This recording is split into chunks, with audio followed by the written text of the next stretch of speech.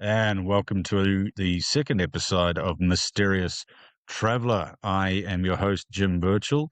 Sorry for the slight delay in getting to the second episode. I've been swamped with work in my boring day job. As well, it's not boring, but it's certainly a day job.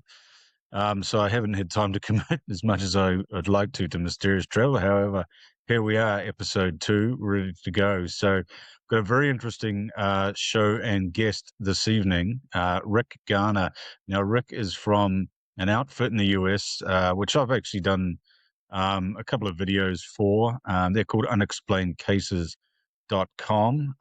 And what they do, well, that's pretty much in the title, obviously, but they're a YouTube channel and associated social media. And they've been around for a while now doing videos of sort of ghostly goings on, amongst other things, anything to do with mystery or the arcane or Fortean sort of stuff. They're right at the forefront. So, first of all, Rick, welcome to Mysterious Traveller. How are you today?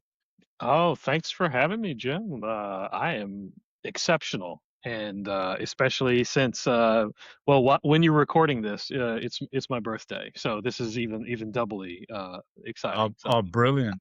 It's but you're in the past, aren't you? I'm calling you from the future. exactly, so that does make it a little complicated. In case folks don't quite get it, is that basically I feel like anytime I've talked to Jim, he's in the future because there's such a time difference. So Sure. For those that don't know, I'm actually calling. I'm in New Zealand, in Auckland, New Zealand, and it's the middle of winter, and I've been complaining about that all morning, haven't I, Rick? And yeah. Rick is in the US. Tell us, name your city in the US. No, so I'm in Columbia, Maryland, and we have the pleasure of basically 100 degrees Fahrenheit right now. So, we're over here, slowly melting. Sweating it out. And what time of day Exactly. is it there? So, well, it is 8:18 p.m. right now. Okay, so you've knocked off Hmm. work for the day, and you're ready to go, as they say. Um, Exactly. without without further ado, let's talk a little bit about unexplained cases. And what you guys do. I mean, I know, but for the benefit of people listening, let us know the background and what you've got coming up. Sure. Well, I guess to take you all the way back, I'd have to go back to basically 1999, and that's when myself and Darren Dito, who I was basically in production at a CBS affiliate, WJTV in Jackson, Mississippi. Darren was an anchor and reporter, and he and I were good pals. We both had an affinity for all things spooky, and anyone familiar, especially. I feel like any local, it doesn't matter what you are, if it's radio, if it's print, if it's TV, everyone does the around Halloween. You got to do the spooky stories. And of course, we enjoyed putting those together. But we kind of had the idea of like, what if we did this like a little deeper and on a monthly basis? And the news director, he loved it. He loved the idea, which we were, thrilled about because we weren't quite sure if that was going to fly. And so basically, we would be working on stories, whether it was UFO or hauntings or just anything that was unexplained, because that's what we had named this was the unexplained, were these segments that would roll out on our 10 p.m. late night newscast. That went on for about 4 years. Darren actually had left. I worked with three other reporters during that time. Moved up to the Maryland area, and it was just one of those nice ideas that it was like, hey, wouldn't it be great to get the band back together? Because Darren had gone on to other TV stations. I was actually at one in the CBS affiliate in DC. He was elsewhere. He actually eventually ended up back in Mississippi during his course. As anyone knows, anchors, especially and reporters travel all over the place in the TV business. And about 2018, we had the thought of like, why don't we relaunch this? Why don't we put it online? Let's call it Unexplained Cases. and let's kind of have the same type of methodology, which our approach was always very investigative journalist, not the whole sensational scare.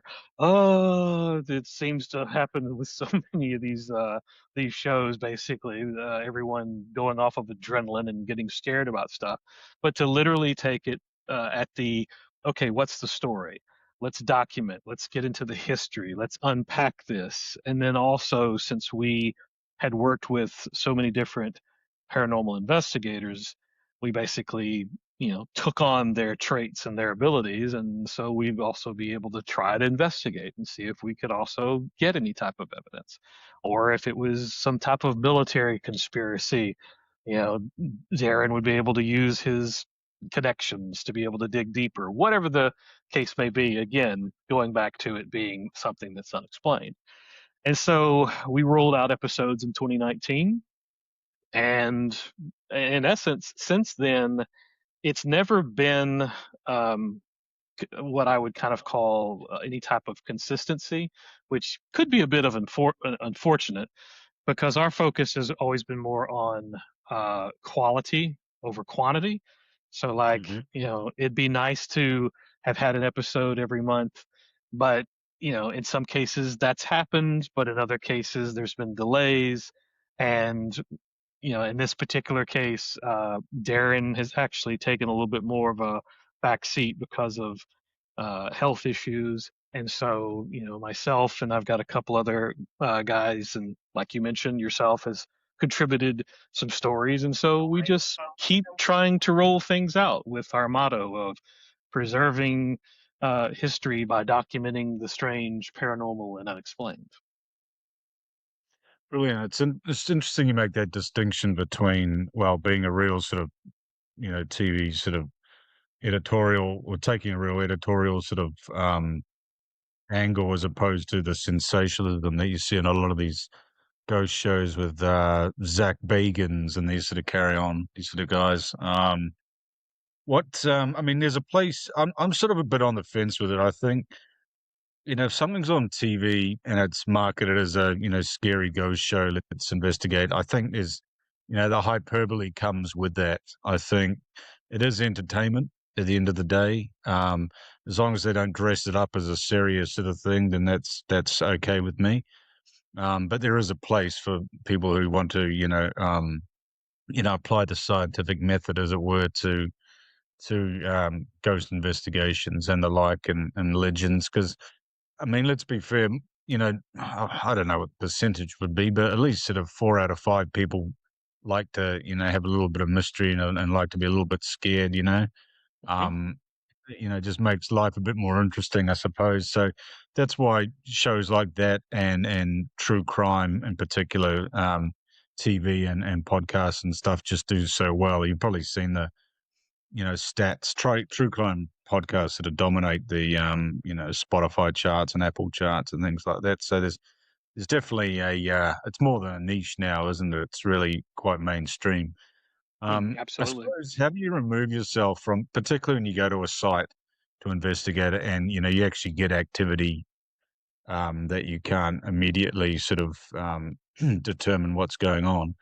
How do you separate sort of the you trying to do a serious sort of news story versus the, hey, what was that sort of bump? You know what I mean? What's Hmm. yeah, what method do you use, I suppose, to remove yourself for once and think, actually we could have something, genuine going on here, and you've managed to document it?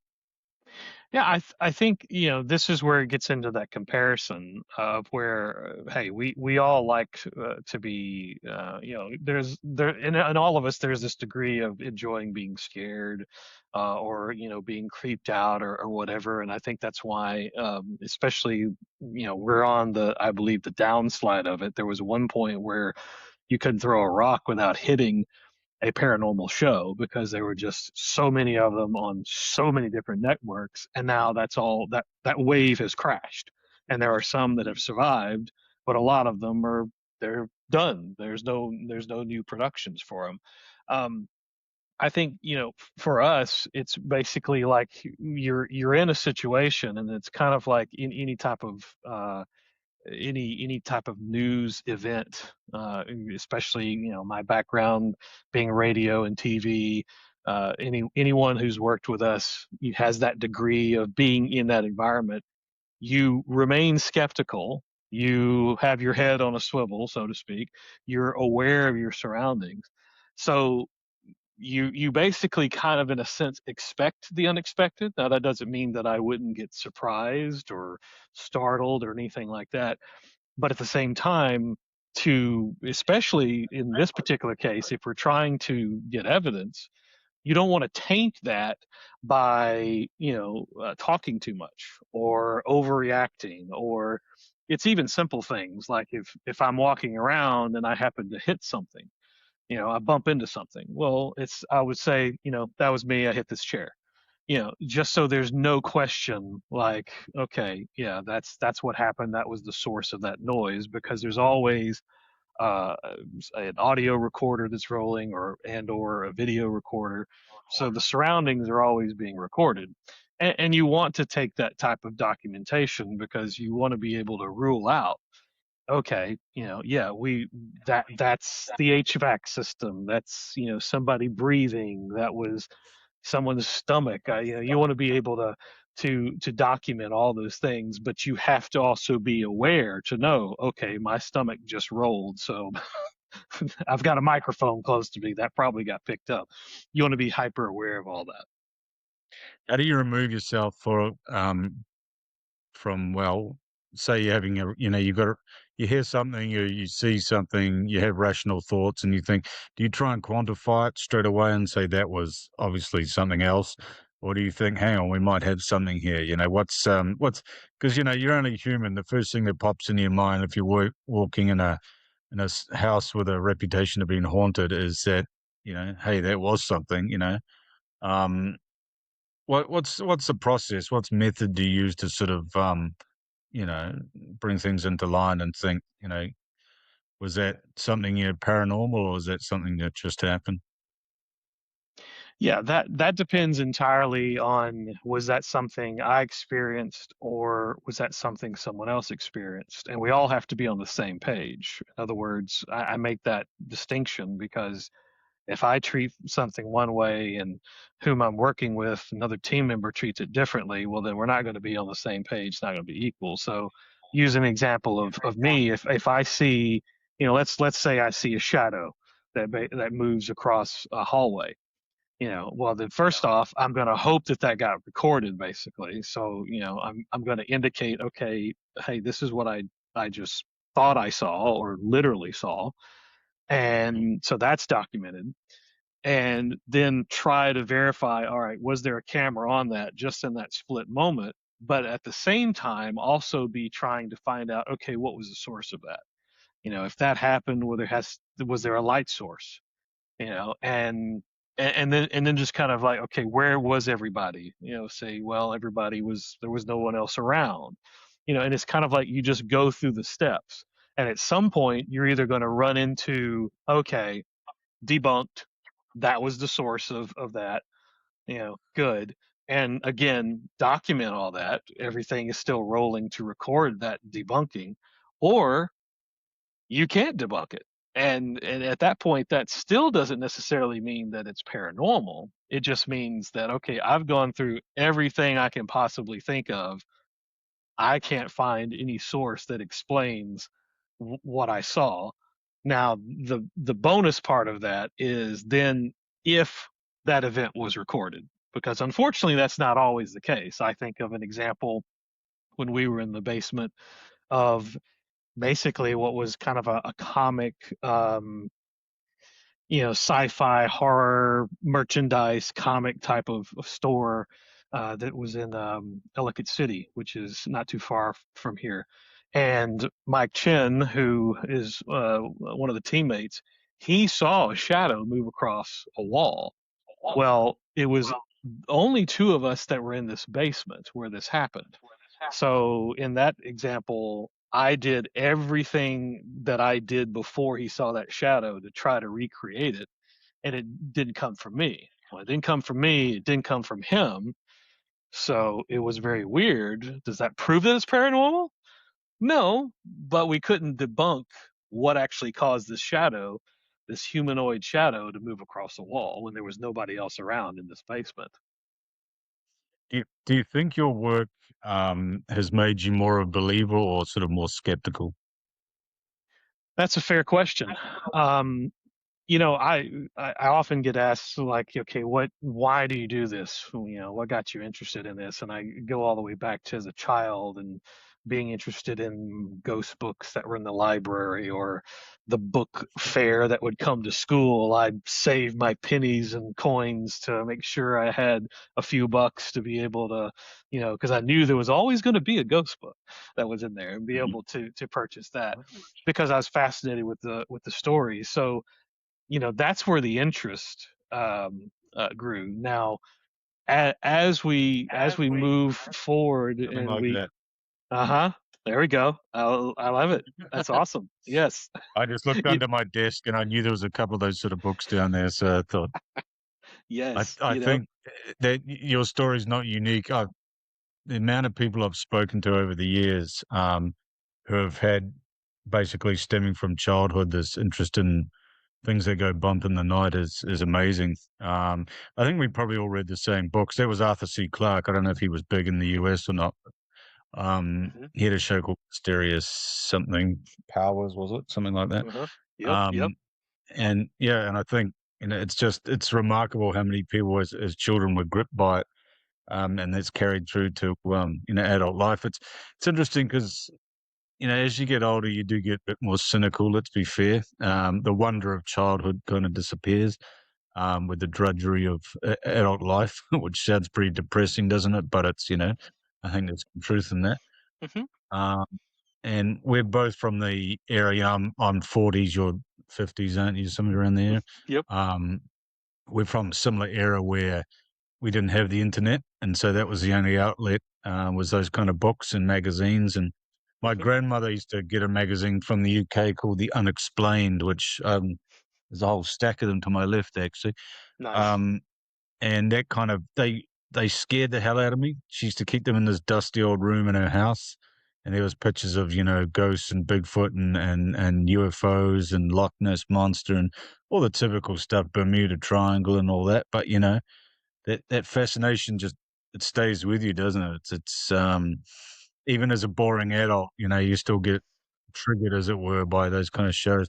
I think it's hmm, Absolutely. I mean, I think you could even take that one step further as we could go on a down a rabbit hole basically about abandoned places and how I feel about investigating those. But the reality is let's face it, why is there a fascination with that? Well, of course, to me, you may start with the with the books, but eventually you get to the age and probably you with some of your pals or whatever, and you're checking out, okay, hey, let's go check out the old whatever, fill in the blank, whether it was a plant or a house or whatever, because there's this fascination that I still think that carries into adulthood of here's this thing that used to be full of life, whether it was a home or a business or whatever, it had a function, and now it's being reclaimed by the environment or it's half torn down or whatever. And so there's again kind of like the, oh, if these walls could speak type of mm. thing to be able to know what stories they would tell. Um, I suppose there's always that sort of charged element when you go into a place that's reputed to be haunted or whatever. I certainly, I was thinking about it the other day. I made a video. I might have shown you a few years ago. It's about 3 years ago. I was in the UK and I went to Temple Church famous from the Da Vinci Code movie and that sort of stuff. The one with all the knight effigies of knights on the floor and stuff. Mm-hmm. And I went in there. Well, just actually before I went in there, I took an establishing shot outside just of a few seconds. And I was in a courtyard basically outside the church. It's within the legal precinct they called Temple, um, in London there. And it I recorded something quite strange. You've heard it, haven't you? Yep. It was basically footsteps, indoor sounding footsteps, very, audible, very loud, and a strange laugh that couldn't be determined, if it was a man or a woman. I'm leaning towards man, but, and this was on the exterior of the building. Mhm. Um, and I went into the reason I bring it up is I went into going to Temple Church thinking this is gonna be spooky. But every time I've done that and gone to a place that I think is gonna be spooky, absolutely nothing happens. And this one was out of the box because I didn't actually realize I'd caught this, audio anomaly on tape on my it was just on my iPhone, Mhm. until much later when I went back and reviewed stuff. So, going in with preconceived ideas, do you think that makes much of a difference in the sense that your awareness is so much more heightened? If you're doing it one of your investigations and you go in and you hear a bump, you hear a, gust of wind, a door slams, a window slams, are you leaning, does your mind directly lean towards the paranormal because that's what you're there for? Or do you still say stay as rational as possible and think, that's what it was? Because, I think most people go into somewhere with that, wondering or thinking something's gonna happen, aren't they?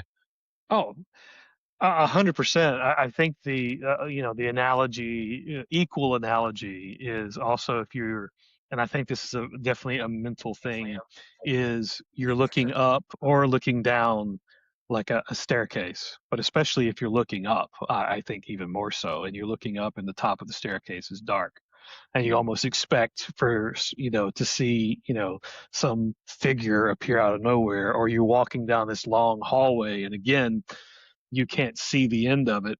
And so I think that's where, and it also depends on you. Like if you're someone who you really enjoy the horror genre, or you're consuming a Mm, lot of this type of stuff. I mean, me, I like spooky stuff. I'm not much of a horror fan, but I do think if you're, again, you've got that precondition. Now you're in a space that allegedly has these hauntings going on.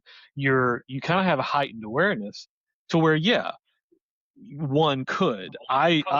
Suppress all that to where if I hear something, I'm never going to immediately go to, okay, yeah, that's spooky. I mean, to me, the equal comparison would be if you're familiar with the K2 meters, basically, which is the latest of the huge line of EMF detectors that have been around forever. Well, I always remind people, it's like they're not ghost detectors. They are electromagnetic field, EMF, which is a natural thing. It's caused by the earth. It's also caused by electronics. And yes, there is the allegation that spirits have a field, but that's where to me it's like if that device is going off, it does not mean immediately there's a ghost. It means there's a field. Now, you have to do your due diligence to determine, okay, is that my phone? Is that a walkie-talkie? Is a You have to go through all of these motions basically, and then when you finally have reached where, okay, I can't find any of these normal things, now it's potentially paranormal. mm. And I think the instruments I've spoken to other ghost hunters about this in the past, that the instruments we're using now aren't necessarily, we're only working off a theory that ghosts use energy to manifest, aren't we? Hmm. Um, some people don't believe in that at all. I mean, I've spoken to some ghost hunters that think, it's kind of a dimensional thing versus, the stone tape theory or one of those, opinions. But it's, do we even have the right tools of the trade? I suppose we can only rely on what's available. But as you said, EMF detectors is exactly that. It's not a ghost detector. Um, and the ghost, if there is such a thing as ghost, is there energy? Are they energy? Or could be a, interdimensional sort of thing? Could it be a time slip, some sort of shift, in the time continuum that causes this? Or, nobody really knows, do they? So we just use the best tools available, which is the camera and the sound and the ghost box. I mean, those ghost boxes, I gotta admit, I'm not sold on those. I see them on these TV shows, and the ghost talks to everybody, but it certainly sounds like a local cab driver on his RT, or a truck driver or something like that a lot of the time. All this scanning the radio waves, and that's just jumping between frequencies. I think, I'm not like you. I'm not a master of audio or anything like that, but I suspect that's probably a more likely explanation. But when you Mhm. isolate sort of some of those comments that come through, you can just paint a picture with anything, can't you? Well, yeah, and But and there's the thing about those too. I mean, and also every device is different, and I think it's yeah, even a little bit more comical to a degree that you have all these apps. Again, another rabbit hole we could go down. There are many who are like, "Oh, I'm totally sold on this app, and all of the results that I get from it."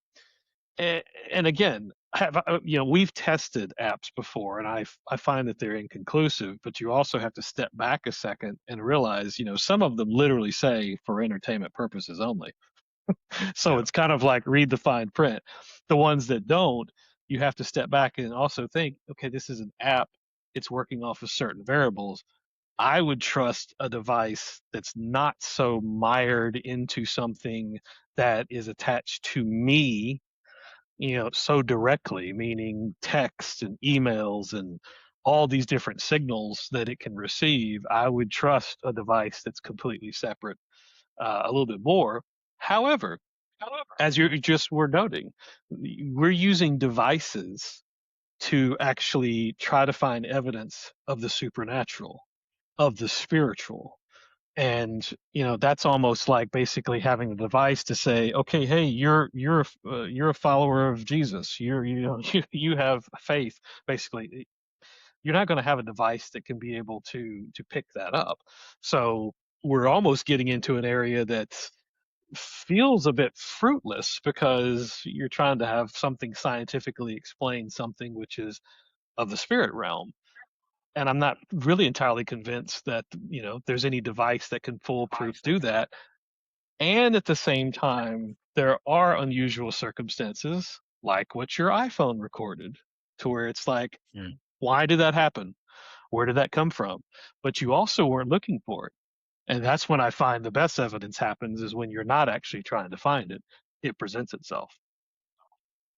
That's true. And like I said on that, it was a curious sort of capture, that because I definitely wasn't trying to. I was literally just standing outside the church and thought, "Oh, okay, I'm going to do a little video anyway. Let's grab a few seconds just to establish the shot, that I'm going in there." Didn't think anything of it. And then I got to admit, I didn't hear it for about a month, I reckon, afterwards. Because I'd taken a few images, particularly inside the church, which is kind of creepy central. It's got all these stone knight effigies everywhere, and it's not the kind of place you'd like to be at night. But it's the church itself was bombed pretty heavily by the Luftwaffe during the war, so a lot of it's been reconstructed. It's certainly not the original. Well, parts of it are, but certainly not the original. But I did get the fear factor a little bit. Remember walking up the stairs to the top level to look down, and went through a windy old sort of staircase and stuff, and there was no one else. There's a few people in the church, but certainly not in the part where I was. And then I certainly got the feeling that I wasn't alone, but whether that was sort of something developed from, maybe from infrasound, or just the fact that I was just a bit anxious. And I remember it being quite a hot day too, and I was walking upstairs and I was a little bit puffed, and all those sort of things come into it. I got to the top and I freaked out a little bit, and I thought, there's someone, something's up here watching me carry on. Sort of. Mhm. Um, the more I think about it, I'm leaning towards there wasn't. But then at the same time, how do I explain that strange recording I made out the front? I had a similar thing when I went to the Queen's House, which is in Greenwich. Very famous photo of a ghost climbing up a tulip staircase. I don't know if you've ever seen that. It was Mhm. taken by a reverend in the 1960s. Anyway, I went to the Queen's House, and just to get pictures of that staircase specifically. Yeah. And it's right just down the hill from the observatory as well. So Greenwich Mean Time. It's basically, you're on the meridian line. And the building's set up, magnificent old building that Queen Elizabeth in the probably 1500s or something, 1600s was it, that she wanted a building where she could still see the Thames, and so the Maritime College is across the road. And but the buildings of the Maritime College are on either side, and she's still got her clear view through to the Thames, which is it's good that it's been preserved, because the Absolutely. rest of the area is all built up. But it's supposed to be sort of energy central in terms of ley lines and stuff like that, leading down from the observatory through there. So um, yeah, I mean, I went in there with preconceived ideas about it. It was good to get pictures of the staircase, and I matched them up with the original Reverend. I want to say Brown or something like. It was a pretty simple name anyway. Yeah.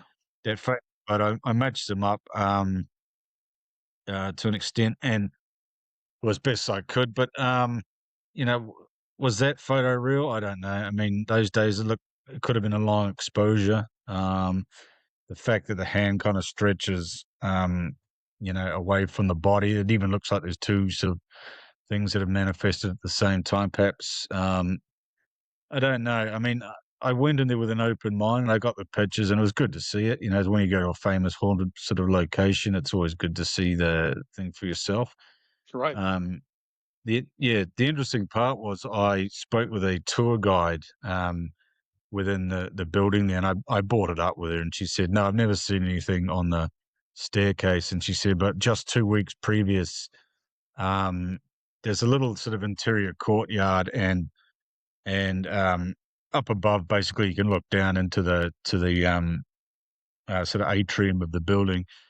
And 2 weeks previously, someone had seen a full-bodied apparition of a guy from hundreds of years ago, dressed that way, basically staring down at them. So, um, hmm, you don't know Hmm. what to think really when you go to those sort of places. Right. And even with It's, those two examples right there, I mean, yeah, that's where I I think a misconception, and to fully unravel it would be like, let's take a lot of these shows.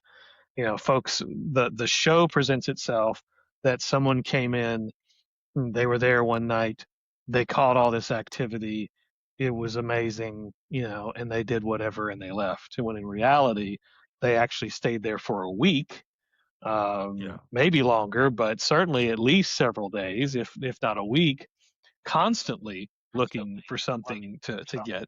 And then in the example that you just mentioned, the staircase, I mean, that was one time, and that's almost, you could kind of say, the once in a lifetime type of moment that's captured. Now, would anyone ever capture that again? Ever see that again? Probably not. A lot of times, that's where, again, if you get into the theories, sometimes it's literally just the right moment that something can be experienced. Now, it doesn't mean that anyone else can see it. It doesn't mean that any device would record it. This is where you get into all the nuances of, well, why? Why can't someone else see it? Why couldn't a device? But this person knows, like, I know what I saw. I know what I mm, experienced. And then that's when you get into a lot of things that we've encountered, which is what makes having these cases sometimes a bit of a struggle, is that, yeah, someone experienced something. Well, it doesn't mean that, unexplained cases is ever going to capture that same moment or even be able to get to the bottom of it. But that person experienced it, and they're willing to share. There's a trust, because in reality, most people, I think, far more people have unexplained experiences, but they don't want to talk about it, or they only tell their closest person, or a family member, or someone they can trust. They know who's not going to judge them. They know that they're not going to put it out on, the social media or whatever. It's just like, okay, I can tell you, and you'll understand. You won't think I'm crazy. Not everyone even has that, and so then they basically internalize this. And then they may even basically talk themselves out of it to be like, I didn't see that. I must have made it up. When in fact they did. so let's get down to brass tacks. What has there ever been occasions where you've captured something, that you legitimately think, I don't know what the hell that is? Well, the first thing I think of is the only picture that I have ever taken. So let's put that into perspective that, I've been doing this since 1999. And here we are in 2026. And I've only gotten one picture that I legitimately can go, okay, I don't know what that is.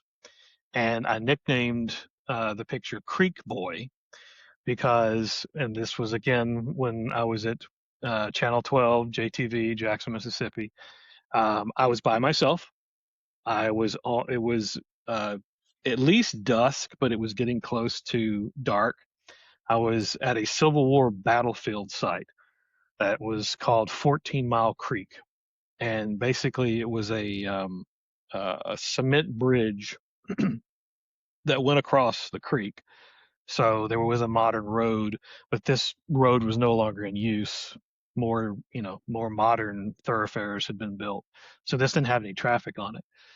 And I was standing out there. And of course, again, this was in the beginning when we started doing this. And so one of the techniques that we had would be I had an audio recorder that was sitting on the bridge. I was quite a ways from it.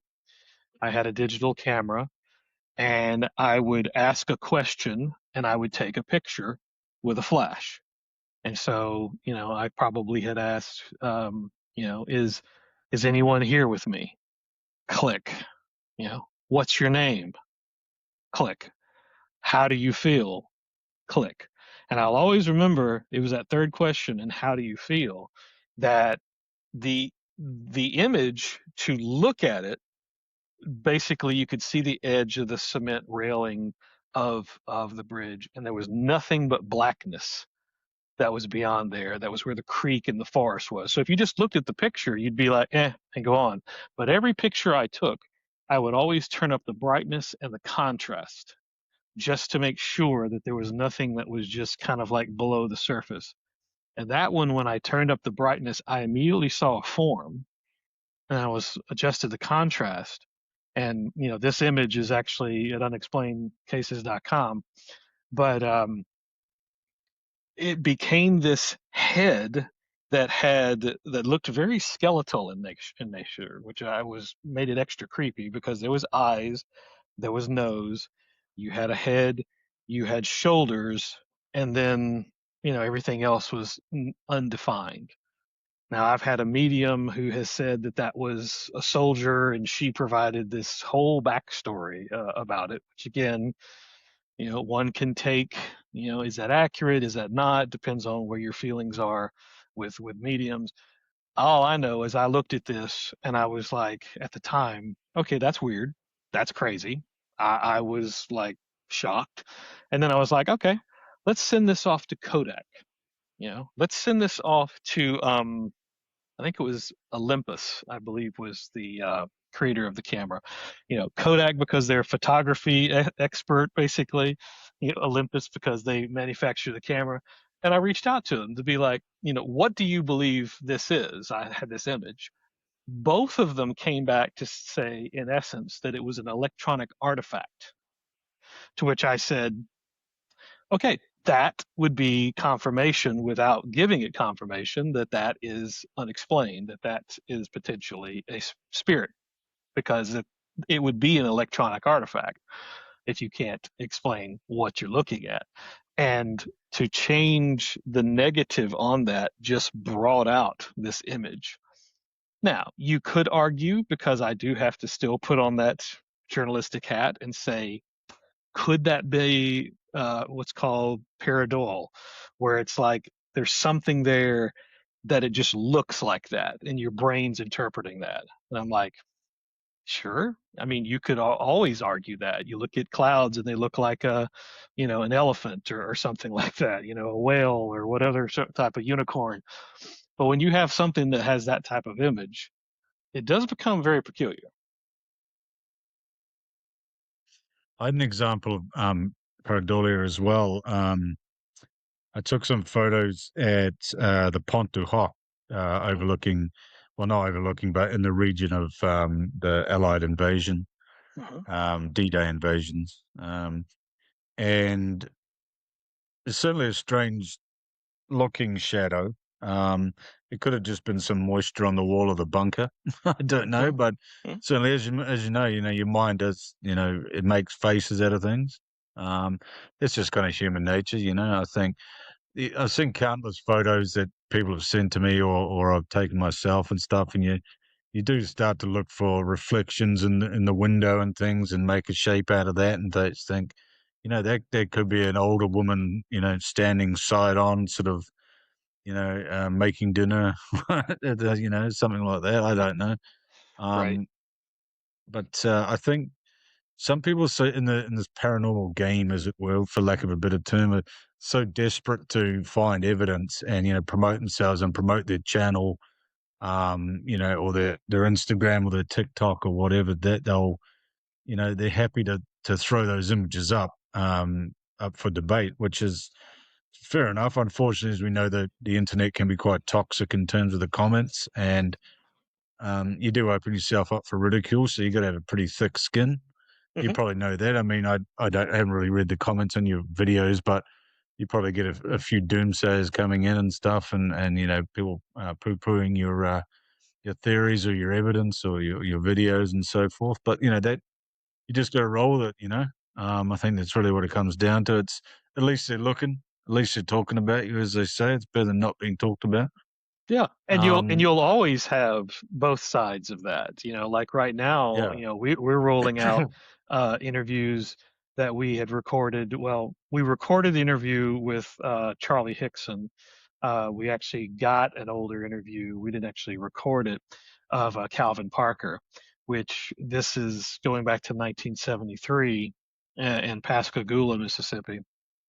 This is a classic story of an abduction incident that basically I didn't realize that even though I've released these interviews before, I think right now with this heightened disclosure and all this frenzy almost maybe right now is perhaps why more people have gotten interested in it. But talking about comments, I mean, every one of these little bits of these interviews that I put of these gents who folks have heard their stories, they've seen it in other network shows and other things, read about it. So it's not like it's anything new. It's the same story that they always told, but there it is right in front of them.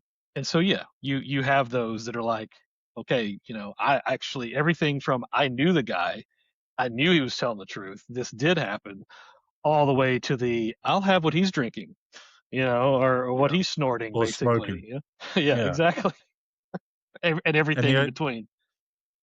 and the other thing now is with how things can be manipulated with AI so easily.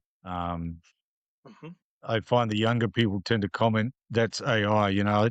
The other day I saw, a famous ghost photo. I think it might have been the brown lady of Renham Hall or one of those sort of, Ooh, photos, which everyone knows that one if you're into ghosts. yep, And classic. someone said it was straight AI slop or something like that, and I was like, I've been looking at that photo in books and, you know, magazines for the past, 30 years, 40 years, you know? Right. I don't think it's AI. Do your It research. certainly might be an overexposure or some sort of, manipulation, but it's certainly not AI, I can say that, and that's the other thing you're battling against now, isn't it? From the ignorance of people, but, you know, at the same time, to be fair to these young people, they've probably never seen that image before. They weren't alive when it was made, you know, they didn't grow up with it. Right. If you're just presented with something, you know, that's a sort of default response, isn't it, to an extent? So, Hmm. but that gets frustrating as well. I mean, everything's AI now, and, you know, we've got the excuse me, we've got the current disclosure with the US government with the, you know, with the UAP task force and all this, which I did a podcast with, guys from MUFON and stuff in Australia a few weeks back. And, um, I had to say I was pretty underwhelmed by all the releases so far. I think that we've reached a point now where, you know, people in the know that people know there's something going on. They've got these tapes. The best videos aren't being released. It's pretty obvious. You know, it's good in the sense that they're taking it seriously and releasing stuff. But you know, a lot of this is above pay grades of the people that are releasing the information. And I Hmm. don't think that's conspiratorial to suggest that. I think it's just there as gatekeepers who are keeping this information from the public. But they're placating us by releasing these videos, and then it's just classic disinformation without them really trying, because all they're doing is releasing it and saying, "Hey, we're showing you what we got," and that's it. And then that placates the non-believers, as it were, and then life goes back to normal. And Exactly. and It's then like we here's just a crumb. you know and then you just invade Iran or something again, and that's and then we're back to square one. So the amount of people, and the same thing happens with folklore and that sort of carry on, not to the same extent, obviously, with the UFOs, but you're still people are still ridiculed, for things that they've seen. Um, and I don't blame them for not wanting to go public. A lot of them, because a lot of these people have nothing to gain. That's always the argument for me.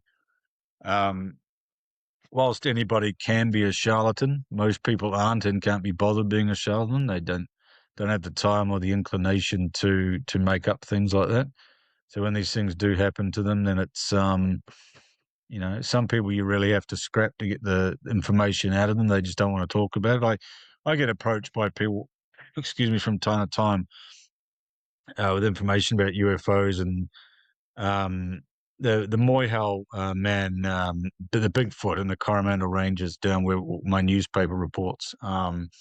People have seen some quite strange stuff down there. There's been sort of a few theories about it being a escaped gorilla, all this sort of carry on, which doesn't really fit with me. But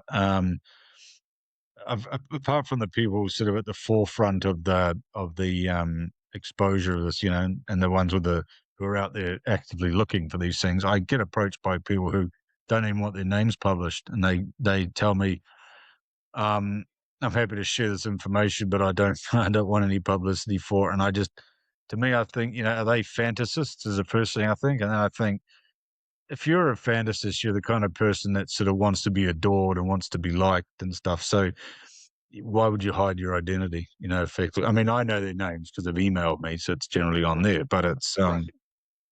yeah. I had a story about a guy, basically sort of Bigfoot like creature eating some roadkill, probably a possum or something.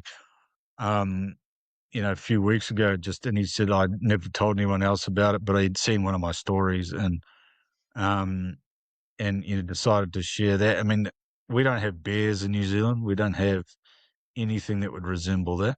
No, Hmm. absolutely nothing at all. So if he's making that up, why would he bother? You know what I mean? Yeah, it's Yeah, it's fun because exactly. Because at that point, that there's a perfect example. It's like, he may not have shared that with anybody. I think you just indicated that he, hadn't told anybody about it. But it's like, oh, okay, here's someone who could believe me, because at the end we always want, we're community creatures, so we always want to be able to be like, hey, this I did this ever happen to you? Can you relate to this type of thing? And so, seeing like, okay, yeah, Jim could get me. I'll share this, but um, I don't want any publicity. And to me, I generally find, that's not going to make me say that, okay, that person is more credible, because some people, it's all about your personality. The person may not mind going on camera, they may not mind having their name, but then I've also had folks who I've had to protect their identity. I may be just recording their hands. I may be altering their voice. I may be putting them in silhouette so you can't identify who they are, basically, because at the end of the day, I want the story. I want to preserve the story. And we've done several interviews. The one that I still will always recall, that's just a classic example of why, in essence, I'm sure this is why you do it. It's why any journalist, does what they do. Is this individual's grandfather had shared a story of some things that he saw, which was basically, again, another rabbit hole, but in essence, it was a conspiracy relating to the U.S. Army killing some African American soldiers in 1943 at an army base. And so this gentleman, this grandfather, he was actually a records keeper, and he knows what he saw, and he shared what he saw, and he had this story. But we recorded his, and actually, I was going to say we recorded. This is one of the benefits of being a part of a network. The grandfather lived in California. Like I said, the story took place in Mississippi. So, a California affiliate recorded the grandfather's story, shared the video with us. We put that into our story.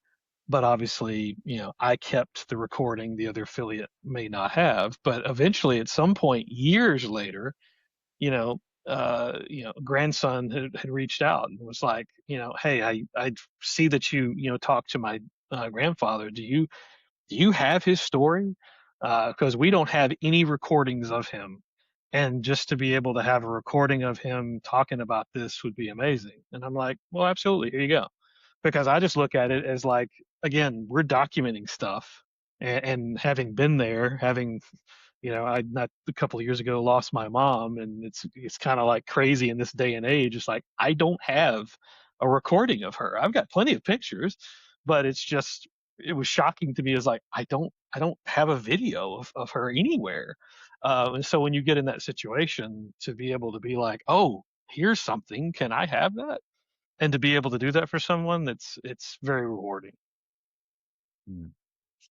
Let's talk about unexplained cases. It's hard to say, isn't it? Unexplained cases is latest case. Now, Mira Hope, is that how you pronounce it? Mira Oh, Hope, yes, which is you a got it. haunted mansion Hmm. in a town called Meridian. Now, where's Meridian? Meridian, Mississippi would be the east side of the state, very close to Alabama. I always kind of make it's a very accurate picture that Alabama and Mississippi are very identical. You can fold them over on each other. They're almost shaped alike. So about on that spine, if you will, but the border of the state. That's where Meridian is. Yeah, brilliant. And tell us more about the investigation. What got you interested in that one in particular? So this is kind of a bit of a two-parter. So this was one of those to where if you look up Mississippi hauntings, of course that's what we were doing back when we started this as the Unexplained in Jackson. Mare Hope was one of those tales, and here is this basically this kind of not exactly antebellum, but we'll use that phrase. It will work with that basically. But this older mansion, very grand in that sense, but also there's a lot larger mansions. It depends on what comes into your mind's eye, basically, depending on where you're from and what you've seen. This one's on a smaller scale, so a lot of times, of course, they have ghosts. It's almost a cliche that if you have an old Southern mansion, there's going to be a ghost. But in this particular case, Mayor Hope had this legend, if you will, of two ghosts. One would be Eugenia Gary, who was the daughter of the owners of that property in around the 1870s. So you're post the Civil War. And this would have been after much of Meridian was destroyed. Mayor Hope had survived, and Eugenia, though, never made it to the mansion with her family. Um, Her family had come from Alabama to the Meridian era to farm, and Eugenia had passed away along with her sister from disease. Off the top of my head, not recalling the exact one, basically, but consumption could have been a very generic term. But neither one of them actually saw the mansion. They both passed away. But they both had portraits done, as many would do, basically. You didn't have pictures during that time, so people painted you and drew you. Um, so their portraits actually showed up in the mansion, and that's when activity started to happen. That's when people started seeing a female figure, and noises started happening, and so it automatically became, well, it must be Eugenia, which I always found funny that she got targeted when her sister's portrait also was there at the same time. So why they thought it was Eugenia and not her sister, again, that's one of those funny things. The other spirit is the name of Marcus. who was a school teacher. 1940s, the house was being used as a boarding house. Marcus, um, not exactly the nicest gent, basically, very loud, very boisterous, enjoyed his drink, I guess, and one evening took his own life, shot himself. And so people who stayed in the house until it actually became a tour house, you had other residents would hear stomping, doors slamming, basically. And so again, you think it's kind of funny because it's like, well, so a guy committed suicide, and if you're hearing stomping and doors slamming, it must be Marcus. Again, there's a little bit of like cliche there, but we had the opportunity to investigate this location in 2001. It was Darren, it was myself, it was our photographer, Rob Ruffin, and unheard of today, because there's no way, even in Mississippi, I think you would, get the Southern hospitality to have basically the little old ladies at the, at the desk say, here are the keys. We don't stay here after 5 o'clock. Be sure and lock up, and here's where you can put the keys on your way out, type of thing. Hmm. No money involved, total trust, of course, being a local, statewide type of TV broadcast and news, there comes a degree of trust there. And so we spent the night there. What would be interesting of note is at one point we left to go and get some snacks and left cameras rolling. Now, back then, yeah, there was an audio tape which we could kind of listen to, and things were like, might need to clean that up a little bit, but we couldn't really check any of the cameras. These were field cameras. I'd have to wait till I got back to the station. Um, Before I get to the result of those, while we were there, two things happened. One would be when I was about to do a stand up with Darren. Stand up would mean he basically is looking at the camera, he's talking, it's basically you're recording a piece that you'd be able to put into the final edit. We could clearly hear walking above us on the roof, and it was distinctive because it was a gravel rooftop, and we knew that there was gravel up there. And there's no doubt in your mind at that moment, it's like, that's someone walking. And so then again, our mind is going, and I'm capturing this all on video, which made, as they say, great TV, because Darren is trying to think, ask the questions, all the things. It's like, it's not Rob, because, how would Rob even get up onto the roof? Why would he be on the roof? This is 4 a.m. in the morning. It's not an animal. What animal the size of a deer or larger could be doing this? The only unfortunate thing is that, the technology at that time, my mic that was on that camera wasn't sensitive enough to pick up what we were hearing with our own ears, but we know what we heard.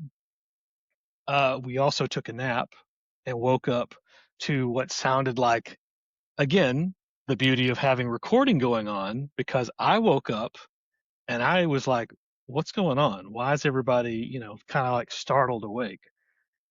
Well, as I'm coming out of my stupor, basically,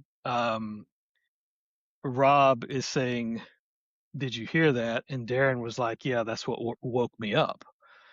Well, listening to the audio, it sounds like someone is slapping on the walls, basically. Now, could that have been someone in the neighborhood? Maybe. But at the same time, it's like when we were looking outside afterwards to see, like, is there anybody around? Can you see anybody? You're not finding any evidence that there's someone doing that. So going back to those tapes that I mentioned earlier, watching them, now this is where, if you ruled out the other things, what gets very peculiar is to be sitting in an edit bay, having some headphones on, watching, sometimes speeding, ahead, but you can hear sounds, you can go back and check. And there is clearly doors that are slamming. 100%. There's no other sound that could be that's happening. There's clearly knocks basically. Sometimes it's two, sometimes it's one next to the camera, and you could say, oh, it's the furniture popping. I'm like, well, the furniture didn't pop any other time, basically. So you have that, or you even have like a thump, basically, is what it sounds like on the microphone. And when you know your equipment and you know all these sounds, and you're like, nobody was in this mansion. So what is going on here? So fast forward to last year, I hadn't been to this place in 25 years. And so I had the opportunity to return. And it's kind of that classic moment of like, all right, it was only for a couple hours. So there's no way it was going to compare to the last time where I had, you know, two other guys with me staying overnight. This was basically at the end of the day. It was also to have a hybrid investigation, meaning I had Ben and Mike on Google Meet. I was there. But Ben's also very talented with the rods. And the fact that we could basically kind of have a little bit. Divining rod. Divining Yes, rod, you told me. Right. exactly. Yes.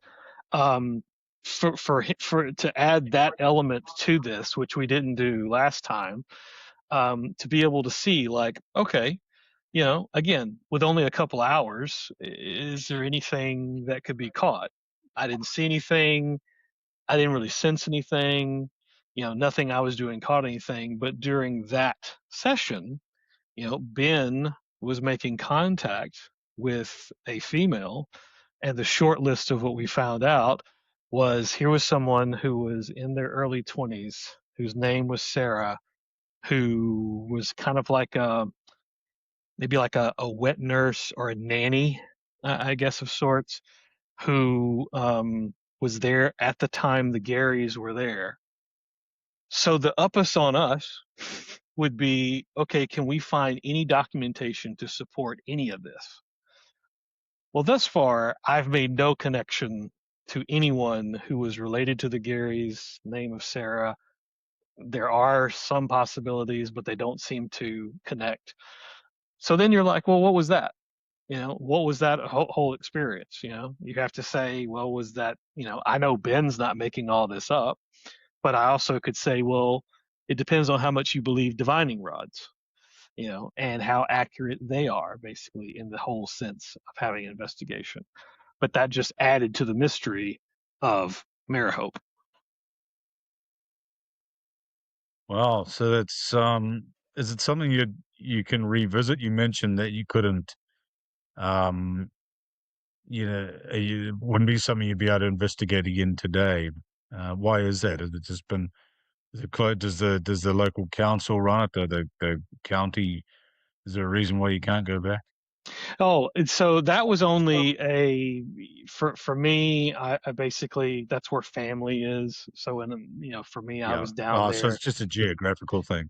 Yeah, so Yeah. I was down there visiting family. I only had a limited amount of time. The beautiful thing is that there is an open invitation to go there. So I think that they would be more than happy that we could even recreate that if I can kind of align the schedules and everything where, the team could be down there. We could do another overnight and basically to see if we could again what you want to do in these circumstances would be if we did, in essence, everything we did back then, but now have even more modern equipment.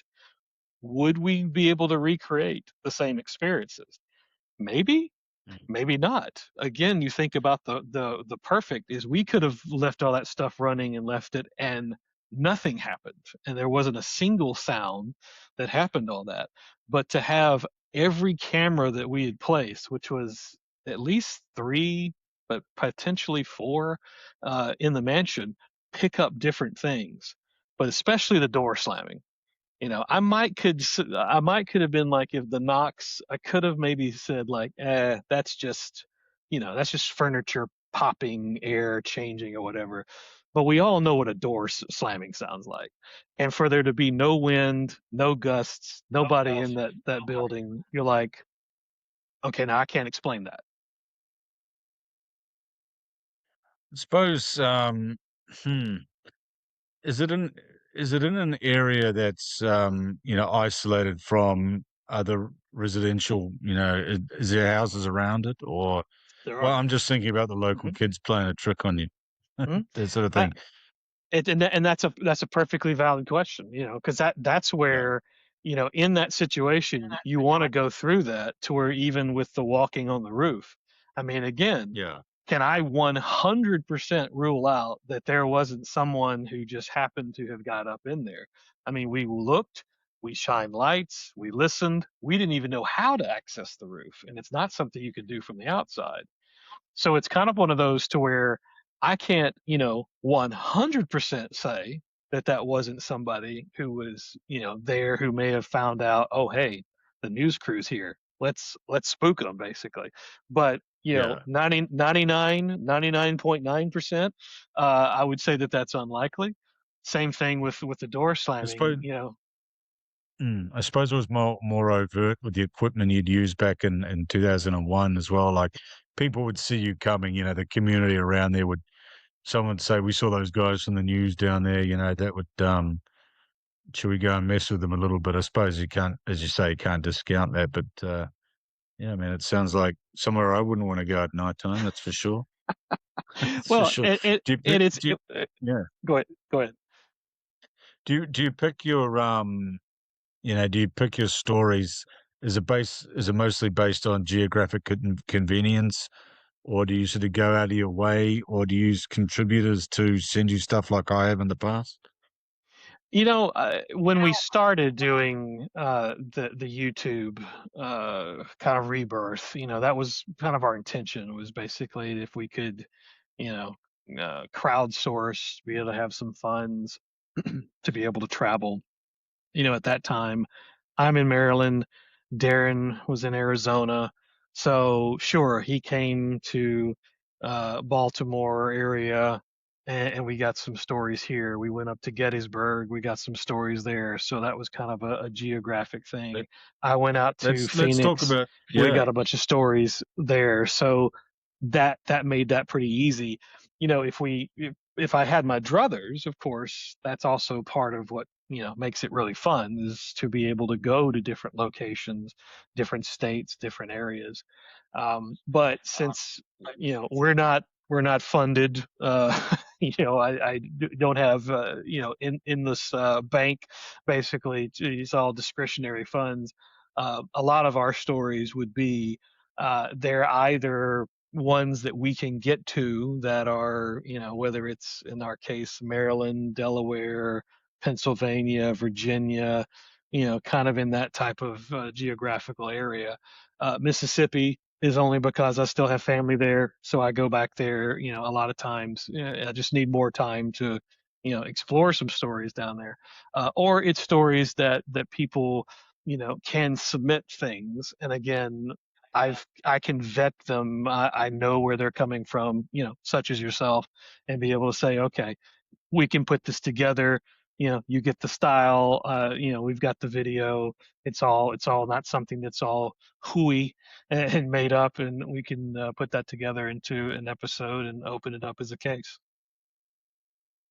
Gettysburg has always, fascinated me just because of the sheer amount of, well, decent footage. I mean, I've seen some videos from there that are actually reasonably, certainly make you think, don't you? There's a famous one with a tree line with those lights flicking through the trees and so forth, and Hmm. some people have speculated that it's just cars behind there, but then other people have told me that, well, not told me, but put in the comments that there's actually no road behind where that is, and it certainly looked like there was some sort of entity, or I don't know, specter anyway, sort of walking and then repeating on itself like it was a recording of some Hmm. kind, and it's was recorded back in an old VHS tape as well, so there wasn't a lot of it hadn't been tweaked within the modern age, so to speak. So that video has always intrigued me, and these sort of battlefield. I've seen a whole troop of soldiers, a video of a whole troop of soldiers walking as well, which um, I don't think they were, what do you call the reenactors that you get around there, don't Hmm. you? These, I don't know what drives people to do that reenacting stuff, but that's how they fill their boots on a Saturday, I suppose. But I've seen some pretty good footage and photos and so forth from Gettysburg.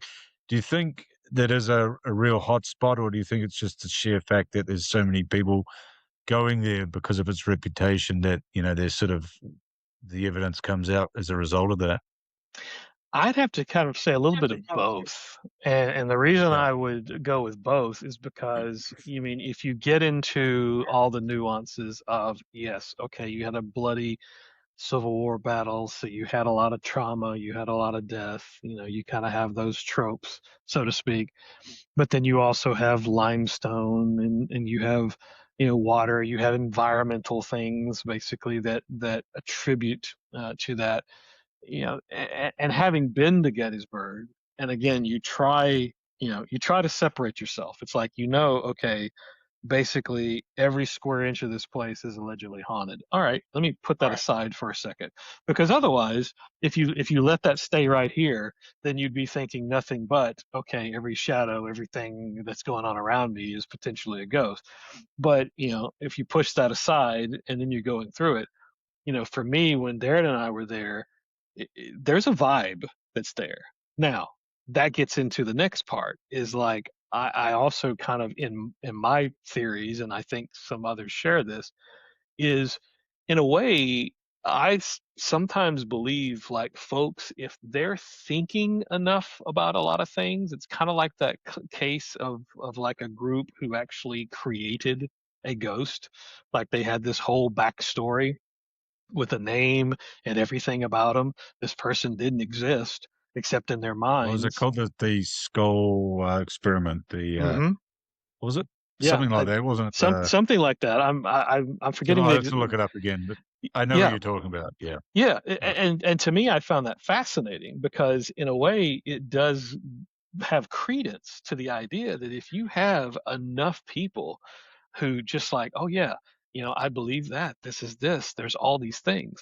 Well, I do have to wonder, can that give energy, or should I say, dare I say, give personality, if you will, to energy that wasn't, that wasn't a ghost, but basically you've kind of in essence created or manifested things basically that are they never were alive.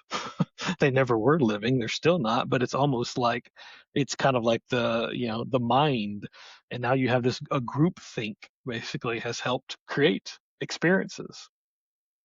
Mm. Yeah, I always take time to watch anything on Gettysburg that I see come across on YouTube or because it's one place that they do seem to get some stuff that's debatable, obviously, but there's a lot of captures come out of there, and I think part as you say, partially because it's a hotbed or perceived hotbed of paranormal activity and so forth. But is just paint a picture in my mind. How big is the actual the region? I realize there was pitched battles and stuff fought there, but how big are we talking? Like how big is this square kilometer, well, mileage in your Hmm. language? Yeah, I mean, I was trying to think like, um, It's a small town, isn't it? it Surrounded is. by a lot of farmland and stuff, right? It Correct? it is. I was trying to think of what might be a good to compare it, but I mean, it's definitely not like a major city by any Yeah. comparison. I mean, the when you think about what is the town itself, and then most of that is surrounded by battlefields and open areas. I mean, it's geographically fairly small, but then when you think about the amount of experiences, and then you get into the square footage of, this house, this area, this battlefield, that's where it becomes like, I don't have a problem saying like, yes, every square foot of Gettysburg is haunted, but That's right. but with saying that, we go back to again what I mentioned before, is like, well, I'm almost giving to, I'm contributing to that groupthink that also may be keeping things quite lively in Gettysburg as well. And it's certainly good for tourism, isn't it? From what I understand. Um, Absolutely. I mean, I think about Mothman. I mean, basically, if Point Pleasant Point didn't have Pleasant, the right? right, if it didn't have the legend of Mothman, there would be no reason for people to go to Point Pleasant in West Virginia. But because you have that legend alone, that has always been able to be a source of tourism for that little town. Well, it's kind of the US's Loch Ness in a way, isn't it? Hmm. Good It's a good comparison, way yeah. to put it. Yeah, fair enough. And yeah, just let everyone know where they can find unexplained cases again as well. Yeah, so we're on YouTube, youtube.com/unexplained cases. We're on Facebook, same, Instagram. Those are the main channels. Unexplainedcases.com is where you can actually find older stories, such as the original Mary Hope, Creek Boy. As I mentioned, you can search for those and find that, but also as well as our latest cases. Brilliant. See you then. Cheers, Rick. Thanks. Thank you.